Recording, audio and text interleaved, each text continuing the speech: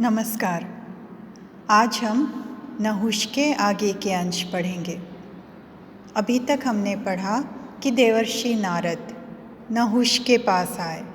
वो ये देख रहे थे कि ज़रा मैं भी देखूं कि कोई मनुष्य स्वर्ग का राजा बना है तो उसकी प्रतिक्रिया कैसी है। वो स्वर्ग का अधिपति बनकर, स्वर्ग का राजा बनकर अब कैसा महसूस करता है। तो थोड़ा विनोद के लक्ष्य से, थोड़ा मन में कुछ सोचते हुए देवर्षि नारद नहुष के समीप आए। नहुष ने विनम्रतापूर्वक उन्हें उचित आसन दिया और उनसे बात करने लगे। नारद नहुष से कहते हैं, वीर, करने को यहाँ स्वर्ग सुख भोग ही, जिसमें न तो है जरा जीर्णता न रोग ही। नारद नहुष से कहते हैं कि हे वीर, सभी यहाँ स्वर्ग का सुख भोग करते हैं। स्वर्ग में जितने सुख हैं उनका उपभोग करते हैं। यहाँ न जरा अर्थात वृद्धावस्था नहीं, यहाँ कोई बूढ़ा नहीं होता, जीर्ण नहीं होता, कमज़ोर नहीं होता, न कोई रोगी होता है। यहाँ कोई रोग नहीं, बुढ़ापा नहीं, थकान नहीं, शिथिलता नहीं। साधन बड़ा है किंतु साध्य ही के अर्थ है। देवर्षि कहते हैं कि साधन तो बड़ा है लेकिन साध्य के ही लिए है। भले ही यहाँ आने के लिए बहुत प्रवृत्ति करनी पड़े, बहुत कर्म करने पड़े, तरह तरह के पथ अपनाने पड़े, लेकिन ये सब इस साध्य के लिए है जहाँ सभी तरह से सुख है, जहाँ व्याधि नहीं, जहाँ रोग नहीं, जहाँ वृद्धावस्था नहीं, जहाँ शिथिलता नहीं, सब तरह से सुख है, मंगल है। अन्यथा प्रवृत्ति पथ सर्वथा ही व्यर्थ है। देवर्षि कहते हैं कि अगर ये साध्य ना मिले, अगर ये हमारा लक्ष्य ना हो, ये मंजिल ना हो, तो प्रवृत्ति पथ हमारे लिए व्यर्थ हो जाता है। हम जो कर्म करते हैं उनकी पूर्ण परिणति स्वर्ग का सुख भोगने में है। अगर ये ना हो तो प्रवृत्ति के रास्ते पर चलना, कर्म करना ही व्यर्थ हो जाता है, निरर्थक हो जाता है। जोता और बोया फिर सींचा, फल छोड़ोगे?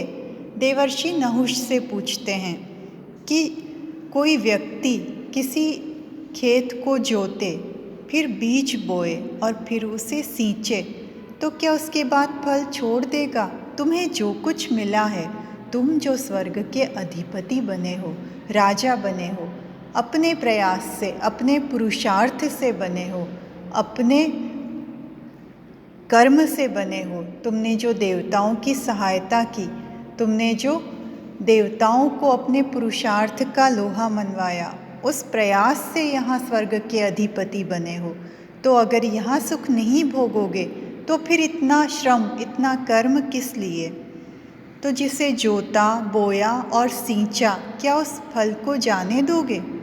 जो है स्वयं प्राप्त, क्या उसी से मुंह मोड़ोगे? देवर्षि कहते हैं कि जो तुम्हें स्वयं प्राप्त हो गया, तुम सर्वोच्च सिंहासन पर बैठ गए, देवताओं के राजा नियुक्त कर दिए गए, अब क्या उससे मुंह मोड़ोगे? बोला हंस नहुष, समृद्धि स्वर्ग तक ही। नहुष हंसकर बोले कि क्या समृद्धि सिर्फ स्वर्ग तक है? स्वर्ग जो न हो तो क्या ठिकाना है नरक ही? वो पूछते हैं कि अगर स्वर्ग ना हो, अगर मुझे स्वर्ग ना मिलता तो क्या मेरा ठिकाना नरक होता? तब क्या मैं नरक में ही प्रसन्न होता? मर्त्य है, रसातल है, किंतु है पतन ही। नहुष कहते हैं कि चाहे ये मर्त्य, मृत्युलोक है, यहाँ जो भी आता है, पृथ्वी पर जो भी व्यक्ति जन्म लेता है उसे मरना होता है, ये विधि का विधान है। तो वो कहते हैं कि भले ही ये मर्त्य है, मृत्युलोक है, पृथ्वीलोक को रसातल कहा जाता है, किंतु है पतन ही। मुक्ति पथ भी है, वहाँ ग्रह भी है, वन ही।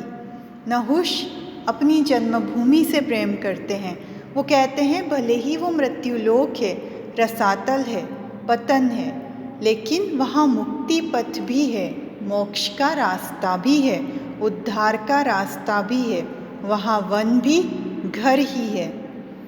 पथिक उसी का जगती में यह जन था। नहुष बड़ी विनम्रता से कहते हैं कि यह जन अर्थात मैं पृथ्वी में उसी का पथिक था, उसी मृत्युलोक का पथिक था।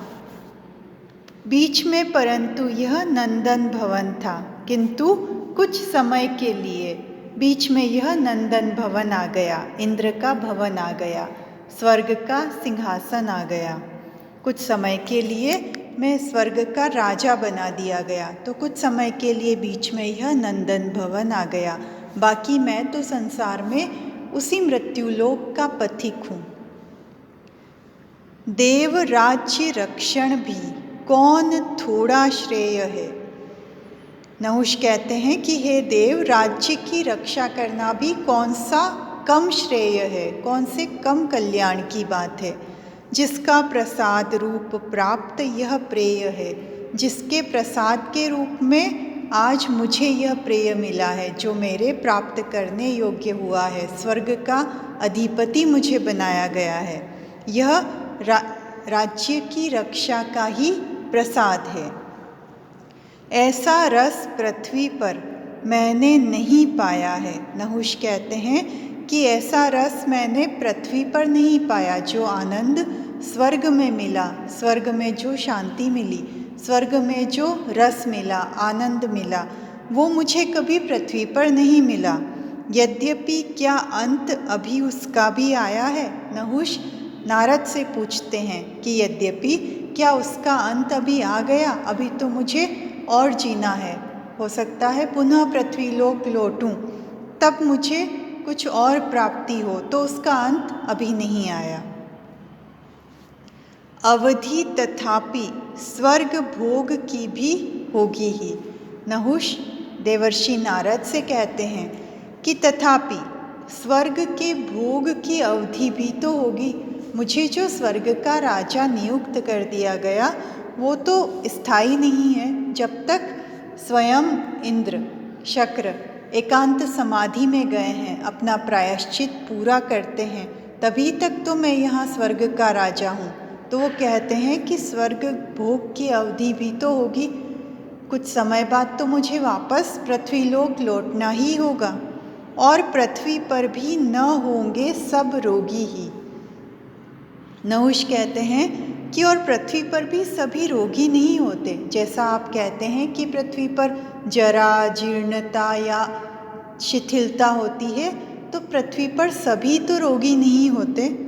मान्य मुने, अंत में हमारी गति तो वही, और मुझे गर्व ही है, लज्जा इसमें नहीं। नहुष कहते हैं कि हे मुने, हे देवर्षि नारद, मुझे यह बात स्वीकार है, मैं इस बात को मानता हूँ कि अंत में मेरी गति भी वही है। वृद्धावस्था, व्याधि, थकान, शिथिलता, मेरी गति भी वही है, और मुझे इस बात पर गर्व है कि मैं मनुष्य हूँ। मुझे इसमें तनिक भी, थोड़ी सी भी लज्जा नहीं है। ऊंचे रहे स्वर्ग, नीचे भूमि को क्या टोटा है, मस्तक से हृदय कभी क्या कुछ छोटा है। इन पंक्तियों में नहुष का स्वाभिमान झलकता है, मनुष्य मात्र होने का अभिमान दिखाई देता है। नहुष कहते हैं कि स्वर्ग भले ही ऊंचे रहे, सर्वोच्च ऊंचाई पर स्थित रहे, लेकिन नीचे भूमि को क्या कमी है, पृथ्वी के लिए कहाँ अभाव है, क्या कमी है। क्या मस्तक से हृदय कभी छोटा हो सकता है? मस्तक ऊपर हो, हृदय उससे कुछ नीचे स्थित हो, लेकिन हृदय मस्तक से कम नहीं होता। व्योम रचा जिसने, उसी ने वसुधा रची, किस कृति हेतु नहीं उसकी कला बची। नहुष कहते हैं कि जिस विधाता ने, जिस सृष्टिकर्ता ने आकाश रचा, अंतरिक्ष रचा, उन्होंने ही तो पृथ्वी को भी रचा है। भला किस रचना के लिए उनकी कला बची नहीं है? उनके लिए तो सब कुछ रचना है, सब कुछ उन्हीं की कृति है, सब में उन्हीं की कृति है, उन्हीं की रचना है, उनके लिए क्या कम है। मेरी भूमि तो है पुण्य भूमि वह भारती, सो नक्षत्र लोक करें आके आप आरती। इन पंक्तियों में नहुष के माध्यम से मैथिली शरण गुप्त, जिन्हें हम राष्ट्रकवि कहते हैं, वे मातृभूमि की वंदना कर रहे हैं, वे भारतवर्ष की वंदना कर रहे हैं।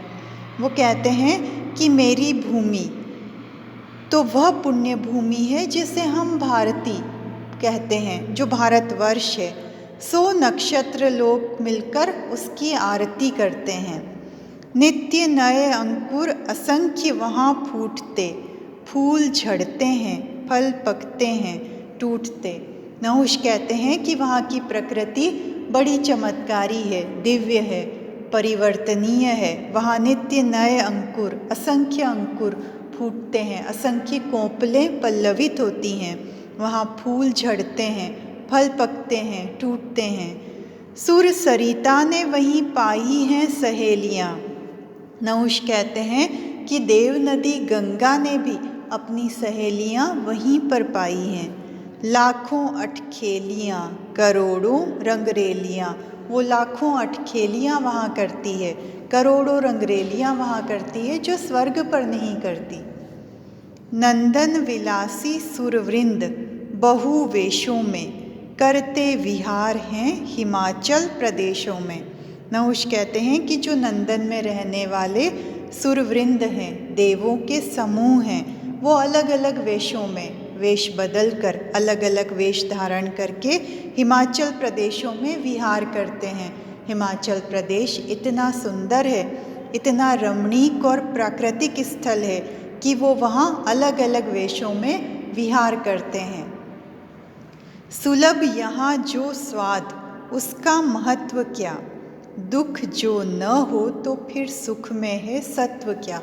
नहुष एक गूढ़ बात देवर्षि नारद से कहते हैं कि यहाँ जो स्वाद सुलभ है, जो दिव्य स्वाद, जो अद्भुत स्वाद यहाँ मिलता है, उसका महत्व क्या है।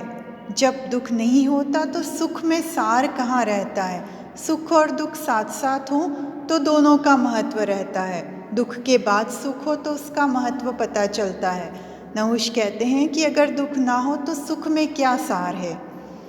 दुर्लभ जो होता है उसी को हम लेते हैं, जो भी मूल्य देना पड़ता है वही देते हैं। नहुष कहते हैं कि जो दुर्लभ होता है, जिसे प्राप्त करना मुश्किल होता है, जिसे प्राप्त करना कठिन होता है, हम वही लेते हैं। उसके लिए जो भी मूल्य हमें देना पड़ता है, जो भी कीमत चुकानी पड़ती है, वो हम करते हैं। हम परिवर्तमान नित्य नए हैं तभी, ऊब ही उठेंगे कभी एक स्थिति में सभी। नहुष कहते हैं कि हम परिवर्तमान हैं, हम रूप बदलते रहते हैं, हम में बदलाव होता रहता है, हम नित्य नए होते हैं। हमारा शरीर मरता है फिर जन्म लेता है, हम बदलते रहते हैं। पृथ्वी पर भी ठीक वैसे ही प्रकृति बदलती है, सब कुछ बदलता है, परिवर्तमान होता है। नहुष कहते हैं कि अगर हम एक जैसी स्थिति में रहेंगे तो ऊब जाएंगे। रहता प्रपूर्ण है हमारा रंगमंच भी, रुकता नहीं है लोक नाट्य कभी रंच भी। नहुष कहते हैं कि हमारा रंगमंच भी पूर्ण रहता है, वहाँ कोई एक रस नहीं रहता, वहाँ सभी रस हैं। वहाँ करुण भी है, हास्य भी है, रौद्र भी है, वीर विभत्स सभी। वो रंगमंच सभी रसों से पूर्ण होता है, वहाँ सारे भाव देखने को मिलेंगे। ठीक इसी तरह हमारा लोकनाट्य भी कभी थोड़ा भी रुकता नहीं है। लोक में, पृथ्वी पर जो भी नाटक होता है, जो भी मनुष्य के जीवन का नाटक है, वो भी सतत चलता रहता है, लगातार चलता रहता है, रुकता नहीं है। मार्ग सीधा सरल नहीं है हम लोगों का। नहुष कहते हैं कि हम मनुष्यों का, हम मानवों का मार्ग सीधा और सरल नहीं है। रंग स्थल सा है वह गति के प्रयोगों का। वह कहते हैं कि यह रंग स्थल के समान है, उसमें अलग अलग प्रयोग दिखाई देते हैं। जैसे रंग स्थल पर, रंगमंच पर कभी प्रकाश होगा, कभी अंधेरा, कभी तीव्र ध्वनि होगी, कभी सन्नाटा, कभी अलग भाव होगा, कभी दूसरा। तो ठीक वैसे ही हम मनुष्यों का रास्ता, हम मनुष्यों का मार्ग सीधा और सरल नहीं है। यह गति के प्रयोगों का रंग स्थल सा है। विघ्नों में विचरते हैं, डर सकते हैं हम, नर हैं अमर नहीं, मर सकते हैं हम। नहुष यहाँ चुनौती के स्वर में कहते हैं, गर्व के साथ कहते हैं कि हम बाधाओं में विचरण करते हैं। हम अपने मार्ग में, अपने रास्तों में अनेक बाधाओं का सामना करते हैं। सीधे सरल रास्ते पर नहीं चलते जैसे देव चलते हैं। हम तो विघ्नों में विचरते हैं। कभी भला हम डर सकते हैं, हम नर हैं, अमर नहीं है, हम मर सकते हैं। मरने की क्षमता या मरने का गुण मनुष्यों के ही पास है, देवों के पास नहीं। व्याधि, जरा, मृत्यु है तो जन्म भी तो है नया।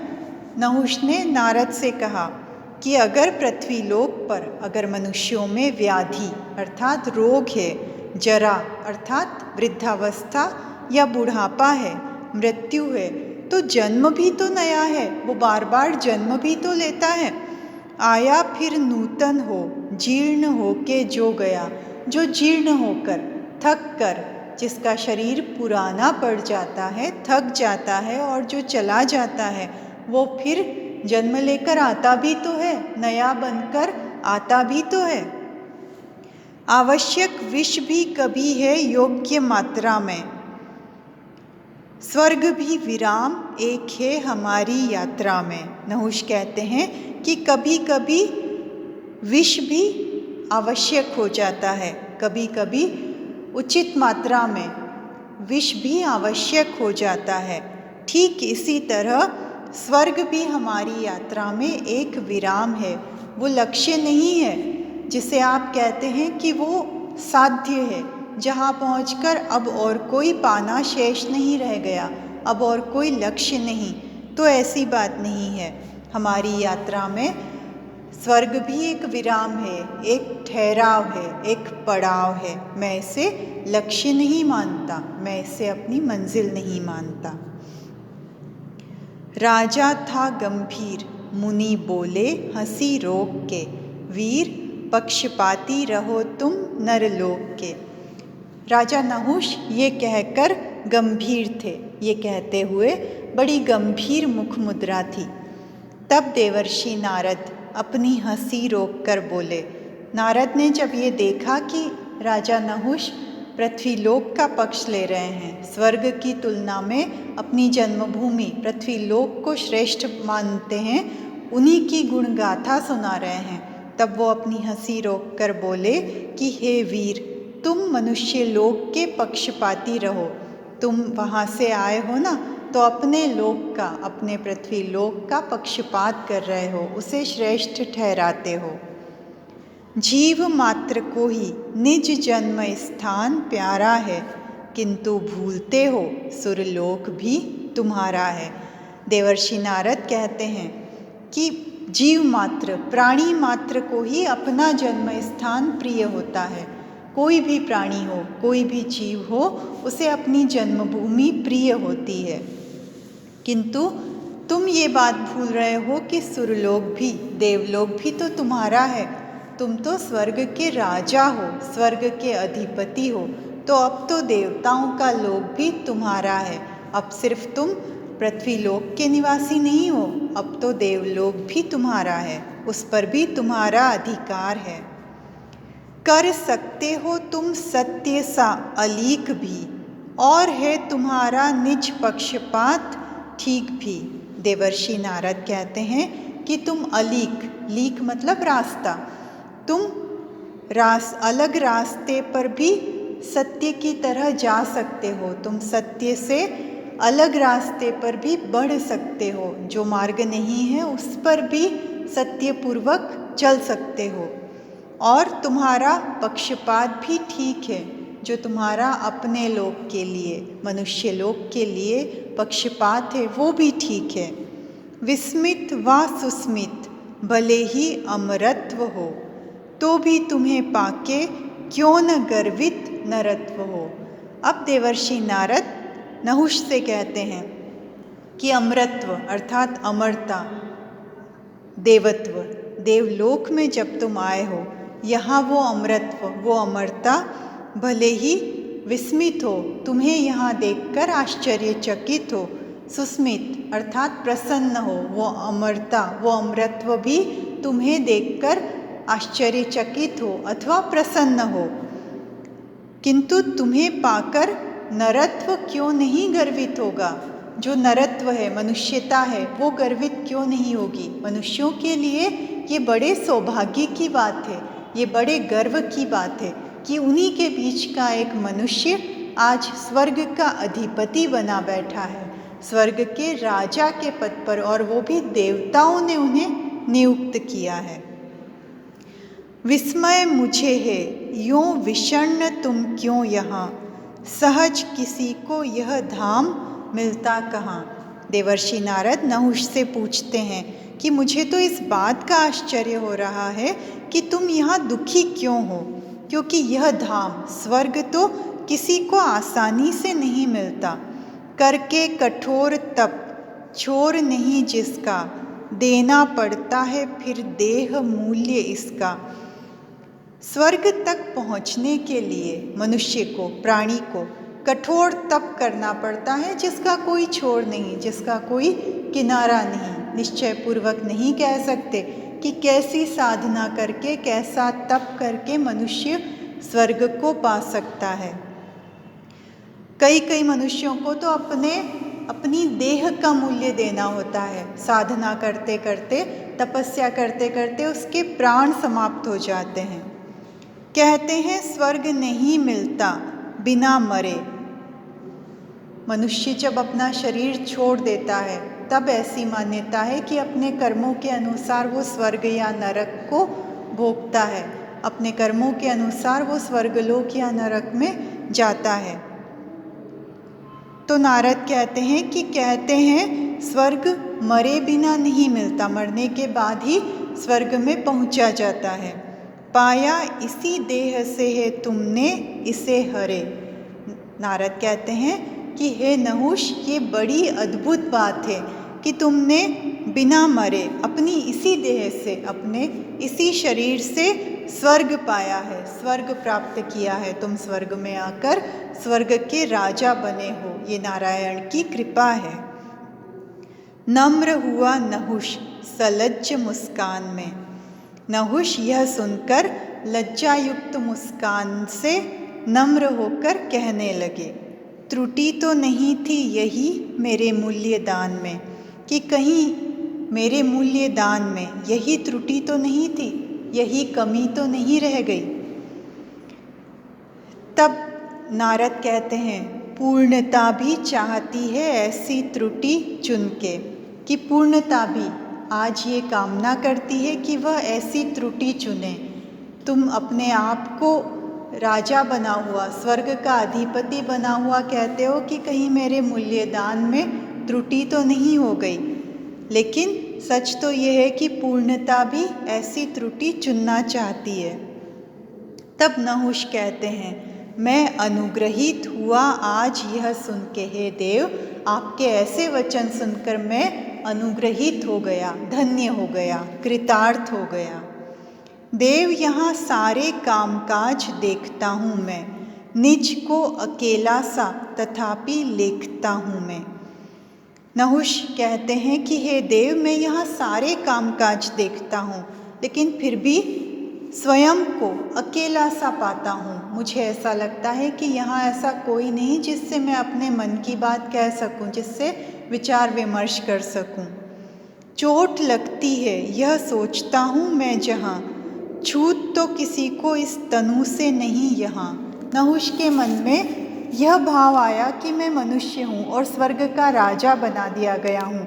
कहीं ऐसा तो नहीं कि यहाँ के लोग मुझे सहजता से अपने शासक के रूप में, अपने राजा के रूप में स्वीकार नहीं करते।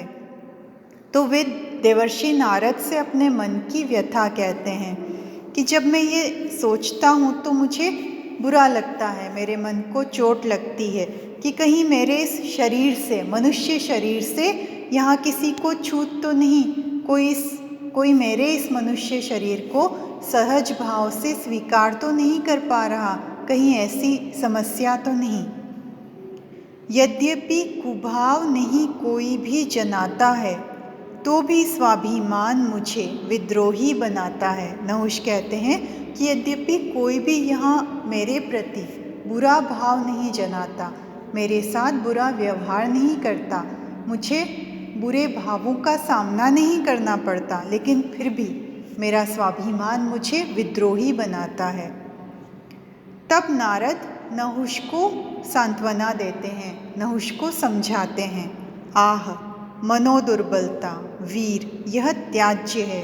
हे वीर, यह तुम्हारे मन की दुर्बलता है, इसे त्याग दो, यह त्यागने योग्य है। आप निर्जरों ने तुम्हें सौंपा निज राज्य है। निर्जर जो कभी वृद्ध नहीं होते, देव, अमर, उन देवों ने स्वयं तुम्हें अपना राज्य सौंपा है। तुम्हें जबरदस्ती या बलपूर्वक उनका राजा नहीं बनाया गया, उन्होंने अपनी इच्छा से तुम्हें स्वर्ग का राज्य सौंपा है, क्योंकि तुम इसके लिए योग्य शासक हो। दानवों से रक्षा कर भोगो इस गेह को, मानो देव मंदिर ही निज नर देह को। देवर्षि नारद नहुष से कहते हैं कि अब इस स्वर्ग की दानवों से रक्षा करके इसे भोगो, इस गेह, इस घर को, स्वर्ग रूपी अपने घर को दानवों से रक्षा कर भोगो, इसका उपभोग करो। और अपनी नर देह, अपनी मनुष्य देह को देव मंदिर मानो, देवता का, देवों का मंदिर मानो। तब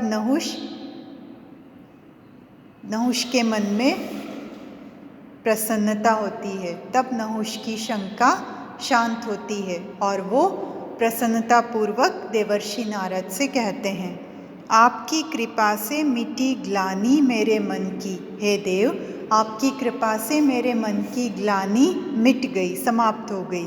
प्रकट कृतज्ञता हो कैसे इस जन की। अब भला बताइए कि इस जन अर्थात मेरी कृतज्ञता मैं आपके प्रति कैसे प्रकट करूं, कैसे अभिव्यक्त करूं। बोले हंस नारद प्रसन्न कल वर्णों से। देवर्षि नारद यह सुनकर प्रसन्न होकर अपनी संगीतमयी वाणी में, अपने संगीत स्वरों में बोले, ज्ञाता है अधिक मेरा मन ही स्वकर्णों से। मेरा मन ही स्वकर्णों, अपने कानों से अधिक ज्ञाता है, अर्थात तुम शब्दों में मेरे प्रति कृतज्ञता प्रकट करोगे, शब्दों से मेरे प्रति अगर कुछ व्यक्त करोगे, उससे अधिक तो मैं मन में समझ लूँगा। तुम अपने मन में जो मेरे प्रति उद्गार रखते हो, भाव रखते हो, मैं उसे वैसे ही समझ लूँगा। मेरा मन अधिक ज्ञाता है, मेरे अपने कर्णों से, मेरे कानों से ज़्यादा ज्ञाता मेरा मन है। तो मेरे प्रति कुछ कहने की तुम्हें आवश्यकता नहीं। तुम शब्दों में मेरा आभार, मेरे प्रति कृतज्ञता मत व्यक्त करो। मैं मन से तुम्हारे भावों को समझ रहा हूँ और तुम्हारे भावों के प्रति सम्मान व्यक्त करता हूँ। आगे की कक्षा में हम उर्वशी और नहुष के संवाद पढ़ेंगे। धन्यवाद।